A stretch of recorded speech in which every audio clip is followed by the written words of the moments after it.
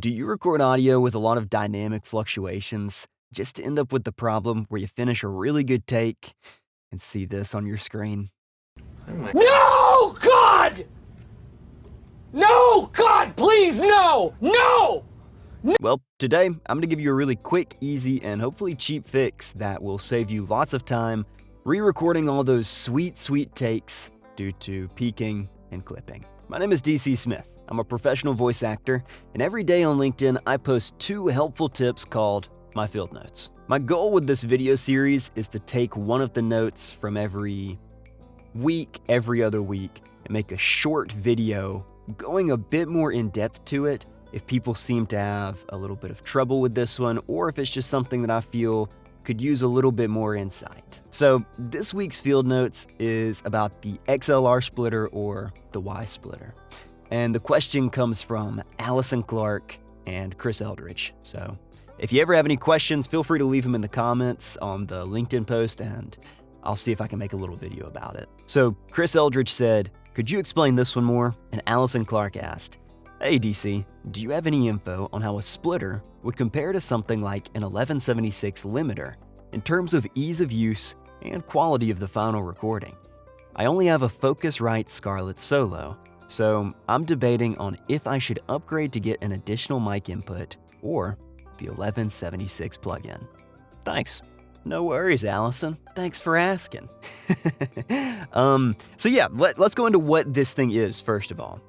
This is my Y splitter, my XLR splitter. I had an extra one laying around, so this is the one I'm going to show you. So with a traditional mic setup, you're just going to have your mic, your XLR cable, which I'm doing this because mine goes all the way around my desk, and it's going to run into your audio interface, into channel 1, and then your interface is going to run into your computer.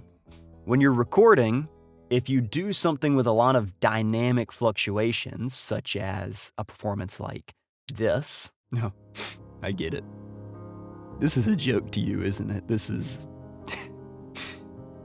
everything I do is a joke to you, isn't it? Well, this isn't a joke to me! This is my life! Everything that I do! I can't stand how you look down on me. Why do you look down on me? So as you'll notice, lots of highs, lots of lows, but not really a lot of time to stop your recording, get back into the scream, stop it again, go back into the whisper. So what do you do in a home recording setup? Well, that's where the splitter comes in handy. You're gonna plug this side. This is your female side. Not into your microphone. You're still going to run your XLR cable into your mic, but instead of plugging it into your interface, you're going to run the end of that cable before it goes into your interface into the female side. See if I can get it on screen for you, of your XLR splitter, your Y splitter. You're then going to put each one of these male sides. Oh, that's a little bit harder to get on screen, isn't it? You're going to put each one of those into one of the channels of your audio interface. Now, here's the important thing to keep in mind. If you have the Focusrite Scarlett Solo, like Allison does, this isn't really going to work for you. If you only have one channel input, one mic input with your audio interface, you are going to need an interface with 2 inputs. Now, Allison also asked about using a plugin to help with this. I am aware that there are things like Universal Audio. They have live active plugins, so to speak. I'm not really familiar, so if you know much about that in the comments, feel free to share your knowledge. What I can tell you is that a plugin isn't going to work in the situation where you go really big and blow out your audio, because that audio is already printed. You've already recorded it. By the time that the plugin touches it, no matter what plugin it is, you can't unblow it out. You can't undistort it. You can't unclip it. Does that make sense? So the way that you get around this is by having a safety track in your home studio. If you're doing something like commercial work, narration work, something where you're not going to be very dynamic, you don't even need to run a safety, in my opinion. You should just be practicing good mic placement, good gain control. You don't need to be running a safety track for something that's relatively flat as far as your volume goes. But with something like animation, with something like characters like I just showed you, there is going to be an instance when maybe you're going to want to go big all of a sudden, and you don't want to have to stop the recording and start it back up again. So what you're going to do is you're going to go to the input, just like you're setting up for a normal recording, okay? Go over to mono and pick channel 1. So mine says system default input SSL 2 plus USB audio device 1. Yours is going to be called something different unless you have the exact same setup as me. It's fine. The main thing you want is your channel 1 input. Whatever channel 1 is in mono, that's what you want. Then you come down here, the one right below it, you're going to go to mono, channel 2. How you set up the gain depends on how you like to record, how big you're going to go. But what I like to do is you could even do a test run, figure out exactly where you want your gain to be for the big moments, and then exactly where you want it to be for the normal talking moments, right? All you're going to do then is prime it for recording and prime it for recording, and you can see them at different volumes. See? So you're going to prime both of those to recording and then just start recording. And as you can see, you're getting my normal speaking volume right here. These tiny, tiny little ones are because my gain is way down. But if I were to go, boo, and scare you, and it's actually, mine's actually a little low. I would turn that up a little bit. But this is a perfect example. So let's go ahead and stop. Let's zoom on in, right? So we're talking.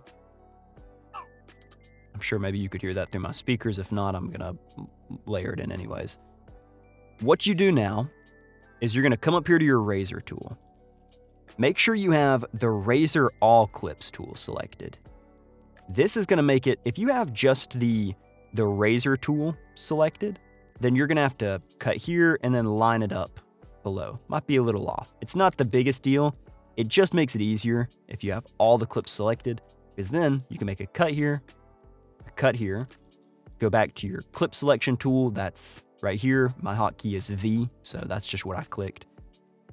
Click this, delete it, click this, and with Adobe Audition, I don't know if this is a hotkey I set up. It may be different, and it's going to maybe be different for whatever DAW you use.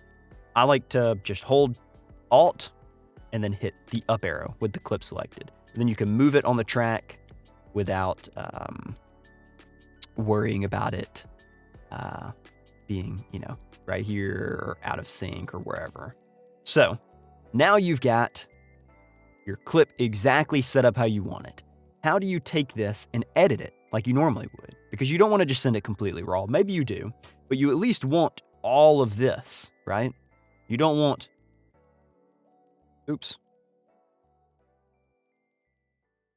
you don't want this and then this on its own and then this on its own for someone to have to line up later. So what you're going to want to do is select everything below, hit delete, and you're just going to go and export it just like usual. Multi-track mixdown, entire session. And wherever you want to save it, that's fine. Make sure that if you're exporting something that needs to be in mono, you've got it selected as mono. If it needs to be in stereo, you've got it selected in stereo, whichever. You're going to hit OK. And this is, so I'm going to go ahead and do it right now. We're just going to name this test 1, right? I have some other audio going, so it's going to be a lot longer. But basically, we're going to hit test 1, OK. It's going to export after a couple seconds. OK, exporting's done. You'll see that it's 17 minutes long. That's just because I'm also, this is where I was recording everything else. But now you can come up here. Mine was in stereo. And if this was just the section that you exported, you've got it all set up exactly as one file. You can edit it however you want in the file editor. And whenever you're done with it, you can go and export it just like you did the other thing. And that's basically it. It's really as simple as that. I hope it helped. Again, be sure not to rely on this. It's good to have a safety track when you need a safety track, but if you're recording for commercials, narration, e-learning, you shouldn't need to be going that big, so you shouldn't be blowing out your audio. If this was helpful, feel free to follow me over on LinkedIn or here. I'll try to post on here as much as I can, whenever I can. And you could shoot me a DM on LinkedIn if you got any questions about anything or audio in general, and I'll try to make a little tip about it. Other than that, I hope you have a good day, night, weekend, or whenever you're watching this, and I'll see you next time. All right, take care.